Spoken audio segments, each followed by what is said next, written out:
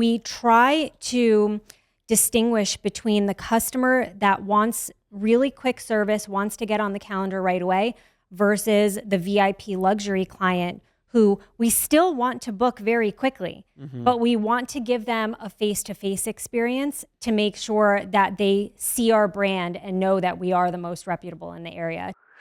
Welcome to Jobbers Masters of Home Service, a podcast for home service pros by home service pros. We are in sunny Las Vegas, and today we're talking about dominating your market and beating your competition. I'm Adam Sylvester. We have two great guests today, Phil Risher, owner of Flash Consulting, and Christine Hodge, CEO of Clearview Washing and a Jobber brand ambassador. Welcome to the show, guys. Thank you. Christine, tell us about you and what you do. Absolutely. I am the CEO at Clearview Washing. I joined the company about 6 years ago to join my husband, and I manage a lot of our operations, fix things that are broken, and kind of work on all processes. Awesome. And it's family business. It is a family-owned and operated business. Awesome. Yep. Phil? Yeah, Phil Risher, Flash Consulting. We work with local service businesses. We help them increase their sales, keep their schedules full. I used to be director of business development at a multi-million-dollar service company and helped them scale their business, and that's what we do, help other companies. Cool. Well, glad you guys are both here. Let's get into it. So a lot of our listeners need to make sure their business stands out. In a sea of service providers, we need to be different. And so let's just start with the basics. How would you coach, if you will, a listener on how to go about like determining what their unique selling proposition is? Like what makes them special? How would you go about that? Yeah, I would say for us, typically where we would start is on Google's search engine results page. The main reason is because Google's the number one referral partner. And so Google's the one that's going to be referring you business. And so a big part of it is building the relationship with Google that it's going to refer your company. So some ways that you can do this, you can get Google reviews, which is a very important part of the equation. You can also stand out. So when people go to your website, you want to have branded pictures and not stock images. It makes you seem like a legit company that actually cares about how they're working with their customers. I would say to starters, those are probably like the first two things that you can definitely do to help you stand out. Absolutely. And to jump on top of that, we really train our team to identify, say you have an elevator sales pitch for your team to tell a customer, why do we stand out? What makes us better? Why are we more expensive? Everyone says, well, we're fully insured. Everyone's fully insured, So what else does differentiate us? Those are the things that we've written down as a team. One of them is you're always going to get clear communication from us. We're going to make sure that almost, and we're working on this being 100%, almost every phone call is answered. And our goal actually this year is for every phone call to be answered. You're going to get every appointment reminder. You're going to get quote reminders. You're going to get very clear quotes. You're going to be educated. These are things that home service companies sometimes overlook because they think that the consumer is just looking for insurance and licenses. That's not the case. Another thing, and it kind of goes towards marketing, what you were speaking about, is we fully revamped our website where we used to have pictures of homes or before and afters as like the main image on our website. And we learned from somebody just about a year ago that it should be replaced with a smiling face. So we did a photo shoot of our employees smiling at the camera with the beautiful home behind them because faces are engaging. So to get really specific, something that sets us apart is our Google reviews, because we've integrated with Company Cam, have images of our employees smiling along with each Google review that comes in. And of course, that's broadcasted among several platforms. And we believe that's what sets us apart. Yeah, I wanted to pinpoint something that you said about everyone's licensed and insured, that whole thing. We have a lawn care company that we work with actually, and similar thing, they've been in the business, 20 years, barely any Google reviews, all this stuff.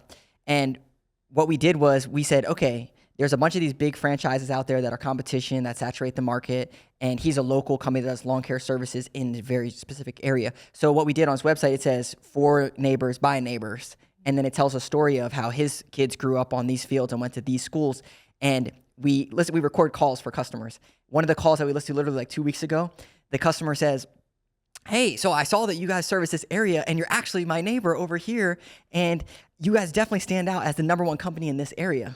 And we're like, yeah, that's great. That's exactly what you want. So a good takeaway is like, if you are a neighbor and you're doing this for your neighbors, make people know that. Like you're not some business executive on a beach somewhere, you're golfing, something like that. Like, no, you're in the neighborhood.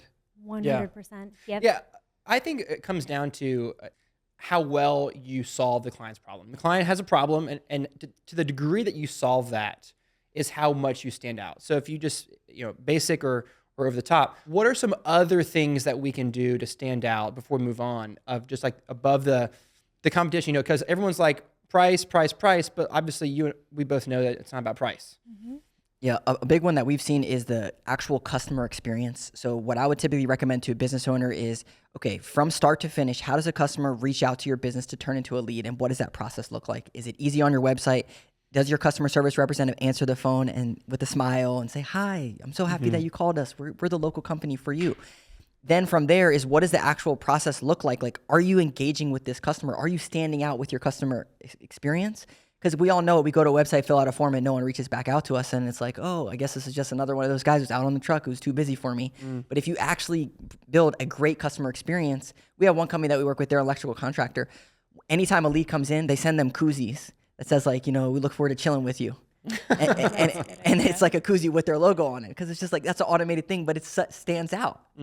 So that's a really good way that I've seen. I love that. And to go along with customer experience, we always say you want to touch the customer multiple times through your marketing, right? So that's like creating brand awareness and trying to get them. But once they actually contact you, you don't want to touch them too often. You want to make it as smooth of an experience for them. So we're trying to get our team, it's a huge initiative for us, to, when the customer contacts you, I want the person answering the phone to be able to take care of everything the customer needs to make it very smooth and seamless. The time from when the customer contacts you to the time where you do the job, we're trying to make that window smaller. So I don't want it to be customer calls us and then they get an estimate from a sales rep and then they call our admin with a question for the estimate. And then we have to say, okay, our sales rep will call you back. I want whoever to take that call to be able to answer the question, because we want to close them and get them on the calendar and do the job. So to go along with customer experience, we want it to be seamless, but seamless communication, you have to really narrow that window of from the time that they first contact you to the time that you actually do the job. And I would echo the phone side of things, because as a marketing company, we help companies get more leads, and then we hear the phone calls and we're like, oh my gosh, this needs some work here. So coming up with a list of like frequently asked questions to have for your CSRs, especially if you're transitioning to someone else answering the phone and you're not the business owner answering the phone, having a list of frequently asked questions, or who should this person talk to? Obviously you don't want to send them to this person, but they're like, I don't know, I'll have someone call you back. It's just my first day. Yeah. Like why don't you plan that out and say, okay, I'm going to have this person call you back. Let's say they have some time on their schedule at 2:00. Does that work for you? Kind of going the extra mile, because at the end of the day, Adam, you hit the nail on the head. They just want to know that their problem's going to get solved, and they need to know that you're going to actually follow through on what you tell them that you're going to do. Yeah. So we have, in home service, we have a luxury, and we shouldn't take advantage of this too much. We have a luxury that usually the first person to book is the company they go with, whether they're good or not. So our clients don't spend all this time determining which is the best company, what's the second best company, what's the third. They don't have time for that, nor do they have the resources for that. Usually they judge how good a company is by how quickly they can get on the schedule. And so I think booking over the phone for especially high volume, pressure washing, gutter cleaning, lawn mowing, these high volume services is key. Hey, I have a problem. I want my grass cut tomorrow. Great, we'll be there tomorrow. It's $80, but get them booked. Have a nice day. And they hang up. They're like, well, that was awesome. I solved my problem in one phone call. What they don't want is, okay, well, we'll have somebody call you back next week and send you a quote. They're going to call the next guy. That's right. And so I think if you want to beat your competition and dominate your market, you need to do what in most markets the competition's not doing. They're not doing that. They're not booking over the phone that first call. It's not easy. It takes training. It takes a lot of practice and all that kind of stuff. But it is a better customer experience, and that's what people want. Can I add to that? So yes, we feel the exact same way. The only thing is, do you guys know about the love languages? Like in a relationship, there's a love language. We always say we want our team to feel out the client's love language, essentially.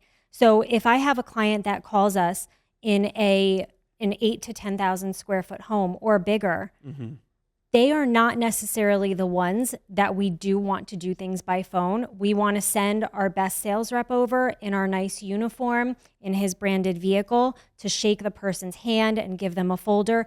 So we try to distinguish between the customer that wants really quick service, wants to get on the calendar right away, versus the VIP luxury client who we still want to book very quickly, but we want to give them a face-to-face experience to make sure that they see our brand and know that we are the most reputable in the area. Does that make sense? You may not book the work, but you'll book an appointment. Yes, Yeah, for exactly, exactly.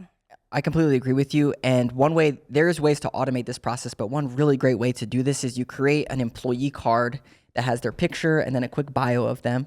And then the day before, when you're doing your confirmation calls and you know the routes that people are going to be on, your CSR would send them an email like, hey, this is your technician that's coming out to you. Here's a picture of them. You know, they have 3 kids. They like, you know, this sports team, whatever. They look forward to meeting you. That goes way above and beyond what most companies are doing, and it helps you really stand out in the market. Yeah. I would say another one, switching gears a little bit, is having like a nice vehicle is a great way to stand out. You know, I think in the beginning, humble beginnings, it's okay to have an old truck or old van. But as soon as you can, I think it makes a difference. I think if you want to stand out, beat the competition, if you have a nice, I'll say new vehicle within the last 3 years, you're going to have a newer vehicle than 95% of your competitors in most cases. Now, some of our listeners are in really hot markets and they have to do that just to keep up. But most people, if they have even a wrapped vehicle, then they're beating almost everyone. That's right. The big companies, you know, the PE-backed, private equity-backed companies, they're all using this company called Kick Charge Creative. And that company builds vehicle wraps that are amazing and really help you stand out in the marketplace. And I completely agree with you. The old white trucks, it looks creepy when people show up. They don't know, you know, is this the right company? They're asking all these questions, having branded logo, all that stuff. It ties in. And they're rolling billboards. So, like, come on. Yeah. You don't have to have nice vehicles, in my opinion, if you're doing commercial work for the most part. But if you're if you're trying to dominate the residential market in your city, you need to have nice vehicles with nice wraps as soon as you can afford it. And you need to have nice uniforms. What do you guys think about uniforms? Yep. We think uniforms are very, very important. Everyone that we bring on board is an employee that we are comfortable sending into the home. We're an exterior cleaning company, but we do interior chandeliers and windows. We hire everyone on our team we trust going into somebody's home. Everyone is very professional, presentable, great communication. That's another thing that we feel sets us apart. That's not something that all exterior cleaning companies can handle or can say that they have. Another thing are yard signs and just things that kind of complete our branding. So our trucks look a certain way, but our employees and their uniforms match the truck. Our yard signs match the truck. Our emails match our vehicle. Like, we have completely branded ourselves to promote ourselves. Yeah. I would say when it comes to uniforms, I've seen really 2 things. First, a lot of times, even my company, a consulting company, we have a logo. We all wear this same thing when we hop on calls and stuff. It helps standardize the processes. But what we've seen with uniforms is a lot of times companies will have a logo or shirt that they give their employees, but then they'll wear a different type of hat and everyone will have a different hat. Yes. Yep. And it's like, okay, but you're wearing this, but you have a different hat. So if you're going to go out on a job, you all got to wear the same hat. You all got to wear the same thing. And another really cool one that one of our clients did, they actually got branded booties. So the booties on them, they have their logo on the little booties. shoe covers. Yeah, the when shoe you're inside covers. the home. Yeah, and so then when they show up and they put on branded booties, it's like, wow, this company's legit. I love that. Yeah, so I those like are some that. really cool ones that we've seen from a uniform perspective. We use buckets. Our gutter company uses buckets. I've thought about getting branded buckets. Yeah. You have to order like 10,000 at a time, so we're not quite there yet. But I would love to. That's a great idea. I like that. And even also like branded tape. If you're sending stuff or leaving stuff, get some cool branded tape. That's just like a cool branded touch. That's like, wow, this company really thinks about this stuff. Yeah. This is a great conversation. I'm going to hit pause real quick so we can talk about Jobber. I'm curious, Kristen, we'll go with you first. Tell me about a feature that you first underestimated with Jobber, but now you just could not live without. It is the marketing tools, the new marketing tools specific to emailing the client list. And we have a marketing plan, and we use Constant Contact, and we kind of have that all set up, and we have our email blasts all mapped up through the year. And so I didn't think that we would be able to utilize the tool. And then we saw how easy it was to target specific clients from our Jobber data. And we were like, wow, that's something that Constant Contact cannot do automatically. That would be a lot of manual work. And implemented it, and it's been a huge success. Yeah, for me, it's got to be reports. A lot of times, reports, it's hard to pull reports, or what am I looking at, and this kind of stuff. Jobber has recently released some really great reports on whether it's like looking at new customer data, estimates, quotes, all that kind of stuff. And it helps make a lot of decisions from a marketing perspective that much easier. So I would say definitely reports. If you're not using them, you're missing out. I think for me, it's Client Hub. I used to think Client Hub was a little overrated, but now I realize that clients can do a whole lot of stuff. They can update their payment information in Client Hub. They can see upcoming visits. They can see the photo of our technician in Client Hub. And so I'm a believer now of Client Hub. If you want to try Jobber, get an exclusive discount for new users, go to jobber.com/podcast deal and go see what Jobber has to offer. You won't be disappointed. We're talking about beating the competition, dominating your market. I think there's a whole nother touch here, which is community involvement, donating, perhaps potentially sponsoring events. Do you guys have any experience doing that kind of stuff? We do actually. And so for example, we would sponsor a hole at a charity golf outing. We've sponsored, a casino table at a casino night that was to raise money for a local children's hospital. We get involved with things like that. So there's a very fine line, because when you hit a certain point in business, based on your gross numbers, you feel like, I'm going to do this so that people see me. Like, it feels good to see your logo at a golf outing. But I will say that the return on investment is not always there. So only do it when you're at a place where you can do that, because that's more branding. That's not really advertising, if that makes sense. So that's bringing awareness to your company. People are going to recognize your logo. Oh, that's the guy that was, at the golf outing. We saw his, so it's not necessarily going to bring you immediate business, but it's going to be a brand awareness, which of course looks good. Another thing is when you are doing charity, things like that and sponsorships, you should advertise it. You should advertise it on your job postings when you're hiring, so that your potential, employees can see what the company is doing and what they support, and also advertise it to your customers. So in all of your emails, you should really still, even when you close the deal and you get a follow-up, like, these are a few things Clearview has done over the last few years, and mention what you're doing. Put it on your website, because it does look good, but only do it when you're in a position to spend that money on brand awareness and not so much lead generation. Yeah, I completely agree. The branding side of things and the transaction side of things, hopefully you have a marketing budget of some sort. Usually it's 3 to 10% of your revenue. And then from there, you can say, okay, I'm going to devote this much to my branding side, this much to my transaction side, that type of stuff. I completely agree with that. What we've seen from actually like doing events and that kind of stuff, there is some search engine optimization, SEO advantage when you get these backlinks. So what that means is, like, let's say you sponsor this fundraiser, they put your website link on their website because you sponsored it. Well, then that is a trigger to Google that says, oh, wow, this company must be legit if this company is linking to theirs, and it's a local backlink is what it's called. So it helps from that standpoint.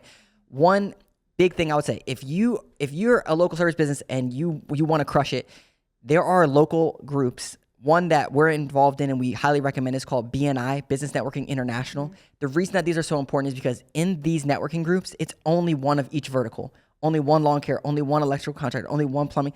And the beauty of that is that you can saturate that network, that they all pass referrals to each other. And so we have companies that they'll put their finance person in this group, someone else in this group. So they're basically saturating the entire group with all these networking marketing people. That's a smart idea. I like that. And it's a really good way, because a lot of the big companies, they don't have the bandwidth to put people in these spots. So it's a lot of the smaller companies, but there's a lot of business passing these things. One, Christine, I totally agree about the golf. We actually sponsor one in our city, and we do the hole-in-one sponsors. Like, we pay for the insurance for the hole-in-one, which I find to be a little more unique than just another hole. So we did a hole the first time. And I was like, well, that was completely useless. I want to have, but you're right. There is almost no return. Like, we don't get a bunch of clients from it. It's just brand awareness. And if you can be present and be there for a couple hours, that's even better. But don't expect to get a huge ROI. It's just community building. There's an awesome way to leverage this, though, from a sales and marketing perspective. So you could ask that place that you're doing the fundraiser at for an email list of attendees. And then you could reach out to them and just say, like, hey, we sponsored this thing. Thank you so much for joining this event. A little bit more about us, X, Y, and Z, and add them into your email list of some sort. That works really good. And then also, if you do a raffle or a drawing at the hole, you can get these people to come in, and maybe you say, hey, you didn't win the top prize. However, we also have this free cleaning over here that you could get, or something like that, a secondary prize. Phil, that's why we have you on the show. I love that kind of stuff. That's a good one. That's a really good idea. Christine, I want you to talk about, because here's the thing, we're talking about customers, but let's be real. Our business is not just customers. Half of it's customers, half of it is our internal customers, our staff. I know you do a pretty big party once a year, right, with your team and like some big bash. Tell me about that. Yes. So we do 3 big events, but they're all very different. And by big, I just mean it's like we get all of our employees together in one place, which never happens in the home service industry.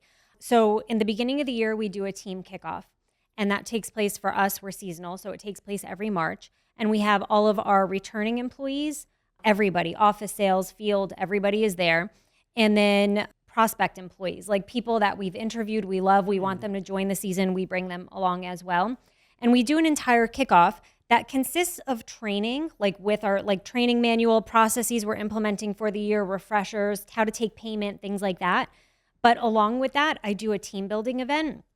So I will ask a question like, what is something that no one in the company would know about you or no one in the world would know about you? My job, and I've said this before, is I want to create careers. I'm not creating a job. And my job as a CEO is to build up everyone's confidence. In the home service industry, and especially in the field where there is no license or degree requirement, you could potentially create a path for this person in their life that they would have never thought possible. And so how do we do that? From day one, I want to build up their confidence. They have to get up, stand up in front of all of us and talk about themselves. I want them to feel empowered. So in the middle of the year, we do Clearview Day, and that's to celebrate us and our work anniversary. This year we hit 20 years, which is very exciting. And we do a big party. We'll do it at, our home, or we'll rent a space or whatever, but we do it based on budget. Back in the day, it was a barbecue at my husband's parents' house. So that's very important. And I incorporate a team building type event, a question. And at the end of the year, we do a Christmas party, a holiday party. And to kind of branch off of that with what we were talking about is, along with marketing to our internal team to keep them, involved, and then also we're getting involved in charities and stuff like that, we have started to initiate, it is for charity, but we're initiating the event. So instead of donating to a golf outing, for example, we learned, for example, Tunnel to Towers in New York City, to climb the Freedom Tower. You can donate X amount of dollars and then you can climb the tower. We got a bunch of property managers involved and said, do you guys want to create a team with us? And that's a very happy thing. So you can also take initiative. They're going to pay for themselves. So it's not a huge financial burden on your small business, but that's a way to get in front of the people that you strategically want to get in front of, like property managers for us. Do something fun, educational, and for charity, and publicize it. I completely agree. And the internal side of things with employees, when we talk about a saturated market, it can be very hard to find good quality technicians as well. And one of the things that we found with companies that we work with, and even when I was director of business development, we would hold a day like a picnic. And a lot of the people like to play soccer and stuff. So we would invite the entire family, brothers, sisters, cousins, aunts, everyone out to this event. And what we found was that all these people would say, this is such a great company. I can't believe your company does this stuff. And we started to get referrals for jobs, for people to come and work here. It was like, this is such a great company. I want to come work here. And so talking about building community around your company through an event, and not, because saturation can be so hard to find great people, this is a good way to actually get company employees. Yeah. Yeah, I love that part. Thanks for sharing that, for sure. Yeah. So let's talk about competition. I think we all agree that just bad-mouthing our competition is not, it's never useful, it's never productive or fruitful. Yeah. How do you guys keep a pulse on your competitors? Or do you take the approach, I don't care what they're doing, I'm just focused on me? I think there's validity to both. What do you guys think? What do you do, Christine? We keep a pulse. It's not like we're digging or doing any research, but we know who our competitors are based on the size of the company, the number of trucks, and the bids we've lost, commercially. Residentially, so that's from the commercial side. Residentially, we don't feel like we compete with anybody because we do know our value. Like we've talked about this in the past, creating your client avatar. Like we are friends with a lot of power washers in our area. And I know that some of their clients that they service are not our target client. So we will happily refer somebody to another local power washer. So we don't see a lot of competition because we know the clients that we want to capture, the luxury clients. We know that we are one of the higher priced. That doesn't bother us really. Commercially though, we do know who our competition is and we know where we're losing bids, and we kind of see like maybe that wasn't the right client for us because they just went with the lowest bid. We're not always going to be the lowest bid. We have to make sure that we're maintaining our net and our value. So it's an interesting question, but that's kind of how we see things. I would say there's two things on this from a marketing perspective that we've seen. The first one is when a company goes out of business, one of your competitors, we've had really good success on creating a blog post or something on someone's website where someone goes out of business and all of their customers are looking for this company. So we created a blog post that said, such and such company out of business, what should I do? And then that blog post is all about, hey, work with us. Wow, that's so smart. That one works really great. And we've seen really great results on that. The second one is in creating these content on your website that's pricing guides. And the reason this is so important is because let's say there's a big company in your market that overcharges everyone. We all know those people. Well, you could create a pricing guide on what exactly do I need to look for when I'm getting this service done, and what do I need? What are red flags? You don't call them out specifically and say like, this company's terrible, but you say, hey, a lot of the big companies, they charge this filler fee, this filler fee, this filler fee. Here's more transparent pricing over here and what you should be looking for. And it allows you to kind of segment it out. And we talked about nurturing the lead and being that go-to company that's educating and being that company. Then in your sales process, you layer in that type of content in there about pricing guides and this versus that type of content. And it helps so much to help you stand out. I do like to know what our competitors are doing for sure. I think it keeps me sharp. I think because anytime I see a competitor doing something that we don't do that we should do, I'm like, okay, keep me on my toes a little bit. Mm-hmm. And so I think if I were to talk to our listeners, I would say like, do not obsess over your competitors. Focus, stay in your lane most of the time. But every now and then you will get a kick in the pants by your competitors. And then like, oh man, I'm going to fall asleep at the wheel here if I don't stay on like ahead of the curve. Yeah, one of the low-hanging fruit actually about this is if you go onto Google and you just type in your service with your target service area, then on the Google search engine results page, you're going to see a bunch of your competitors and what they're doing. A good way to benchmark your company is like, okay, I did this search. This company has 200 Google reviews. This company has 100 and I have 20.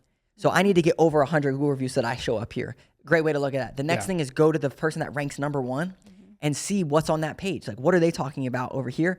And a pro tip, if you scroll all the way to the bottom, you can typically see the digital marketing company that they're working with because they put it in the footer. So then you can see like who are they working with, what they're doing. There's one other tip on this. It's a website called builtwith.com. You take your competitor's website, you put it into BuiltWith, and it's going to show you all the plugins, everything that this website's built with, and you can literally see everything that they're using. Wow. Mm-hmm. Interesting. Have you ever changed your service offerings? Like, how does your service change and evolve over time in a competitive market? Have you axed services? Have you added new services? I know you guys do a lot more commercial now, Christine, a little chandelier cleaning as well. So that's a good example of that. Maybe you can elaborate more on that. But I'm just curious how you guys evolve your company to stay relevant. We offer services based on the client demand. So Clearview 20 years ago started as a window washing company. That's all they did. And people who were getting their windows cleaned were asking for, do you do power washing? Once you get enough of those questions, you're like, I really need to go into power washing. Well, now you're doing power washing and window washing. Hey, do you guys clean gutters? My gutters are clogged. And, we always say we say yes before we say no. So of course we clean gutters, Yeah. Let's do it. Do you clean roofs? Of course we clean roofs. So we go based on demand. We have a lot of high-end luxury residential clients who are asking if we shrink wrap patio furniture. That's become a big thing in New Jersey. And we did not. And then 3 years ago, we were like, of course we do. And we bought the shrink wrap stuff and we learned how to do it. And now we shrink wrap patio furniture because enough people asked for it. So there was enough of a demand. And you have to price accordingly. You can't just add on a service where you're going to break even or lose money. So you have to make sure that you learn it, you're efficient, and it makes sense for your, your gross and your net profits. And we axed one service in the past. To get specific, it was gutter whitening because we didn't want our crews using the whatever chemical is needed. Yeah.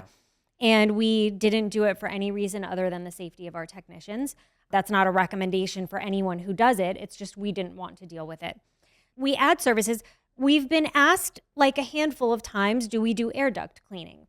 And we don't feel like that complements. So you have to make sure it also complements the services that you offer. And we didn't feel like it complemented our power washing services. We just keep saying no to that. But if there's something that really complements your services, I would say to give it a shot and see if it works out. Yeah. Yeah, I completely agree with that. There's a saying, you can't grow if you say no. But I like that. you also don't want to get too crazy, going way off the wall and doing all these random tasks and stuff. One thing that I would tell businesses to look at is your current process or the current service that you're offering. Are they scalable? Because a lot of times business owners, they get so caught up in pricing every single job down to this and that. Is there a way that you can standardize your pricing in some instances to help streamline the processes? What we found, a lot of the big companies, is that they're making it so tight so that a high school student can sell this service or a college student, and getting that process so dialed in that this is our specific Clearview washing program. It's so tight that it's not hard to sell over and over again. And that's what we've seen to help scale the process for sure. Yeah. I would say, in final thought on this, I think Christine's key point is you've been around for 20 years. You did not start doing all these different services the first year. Nope. And so I think our listeners would be better off making sure that they want to dominate. They have to dominate one thing really, really well. And once they've completely maximized in terms of a tier, once they max out a tier, then they can branch off. Yeah, there's a book called Good to Great, and there's a hedgehog mindset in there, which he says you got to focus on this one thing and be so great at this one thing up until around $1 million. Because if you're like so good at this, no one else can touch you, and everyone's else going to be chasing all this stuff all around you, and you're just staying true to yourself. Yeah. Okay, so another thought I want to address is this idea that we're number one. You go to any touristy city, world's best, souvenir shop, world's best, and you see it in more. But in a local service context, do you think it's effective and compelling to claim that you're the number one power washer in your area? You think that's a good idea? From my perspective, 1000% yes. You are number one. You believe in your product and you're number one. And the way that you do this is you take all those glowing, raving reviews that you have and you put them on that same page where you say that you're number one. And you're number one to all these people. They would all vouch for you and say that you're number one. So yeah, you are number one. And also, if you believe in your product, you should be number one. You should say that confidently. I think if you shy away from that, you might not have enough conviction in that your service actually solves people's problems. And so you should get to the point where you're like, yeah, I'm the number one person for this problem. To piggyback off of that, we would say we are New Jersey's premier exterior cleaning company because we feel we are New Jersey's exterior cleaning company. So exactly, like you have to promote what you're telling your employees. We tell our employees we are the best and we strive to be the best and you have to be the best and you have to come to work and you have to be the best. And so it's almost like manifesting where you visualize your company going, even though we don't use the term number one. Another thing is you can apply for things at no cost that might say you are number one. So we applied for Monmouth County's Best in Business Award, and we got onto the list of the top 50 that says best pressure washing in Monmouth County. And then we get and so there's no money in that, but we can advertise that we won it. And then we will pay the $100 for the plaque so we can hang it on our office wall. And we have it for every year. I applied for Best 50 Women in Business in New Jersey, and I made it and I won it. So, and there was no fee associated with that. So you have to apply to be the best and use all of that in your branding. Yeah, I mean, if a contest says you're number one, you're number one. Yep. Yeah, I think, Phil, you can probably talk on this. I think people are more likely from an SEO standpoint to search best power washer in Charlottesville rather than number one. Is that correct? I'm guessing. Yeah, from a marketing perspective, in your standpoint. title tag and your meta description, which is more technical SEO, you can put whatever you want in there. So you could say expert's choice, premier, number one, best, 10 best, top 10, all that kind of stuff. Yeah, of course you can put that in there. Yeah, I love local contests because they give you so much credibility if you can win them. Should we say that our competitors are bad? Should we say that they're no good and they're deadbeats and that you should never use them and scoff when people do say they use them? What do you guys think about that? Yeah, well, one of the things that I've seen, there's a book called They Ask You Answer, Marcus Sheridan. And in that book, he actually talks about creating content about the best service companies in your area. And what he says in there is say the name of the company and then tell who would this be a good fit for? What are they about? And then obviously list your company in there. The other thing, as I mentioned before, was creating that content about things to look for. You can basically call them out without calling them out and just say like, hey, here's some of the things that we've seen with these companies. And it just, you don't really want to bash people because it's not about them. We're talking to you. We want to work with you. So it's about you. Yeah. We take the opposite approach, and everyone thinks that we are nuts for doing it. But annually, we host a competitors get together at a local restaurant near us in Red Bank that has a private room in the back. And we made a Facebook event, and we do it annually. And we invite every power washer, window washer, gutter cleaner, exterior cleaner that we know in our space. Someone traveled down from Connecticut for this past one. It was in February.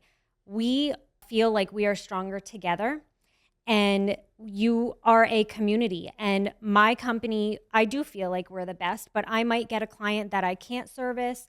We're maxed out, something happens, whatever the case may be, and I would refer them to you. Maybe we just don't want to drive the distance during our busy season in May. So I think it's important for your competitors to be your allies. We did a huge last-minute commercial roof cleaning, and we did not get our bleach delivery. And we called a competitor, and we said, do you have any bleach at your shop? And he said, come on over. All of our employees took all of our trucks, 8 trucks, over to his shop and filled up. And then we had our bleach delivered to him instead. Wow. That is cool the story. power of working together. One of them specializes in raw cedar shake cleaning. We're not trained to do that, but we want the window cleaning and we want everything else. But we will tell the customer, you know, we have a really great friend. He's right down the street from us and he can do your cedar shakes. And that customer will leave us a review saying, I still used Clearview for the window washing, even though he was able to do the cedar shakes and the windows. I did the cedar shakes with this guy because Clearview referred a local company. So I think there's power in working together with your competition. That's a great story. Well, that was great. I'm going to try to boil down our entire conversation down to 3 actionable steps. Number 1 is maximize your Google listing.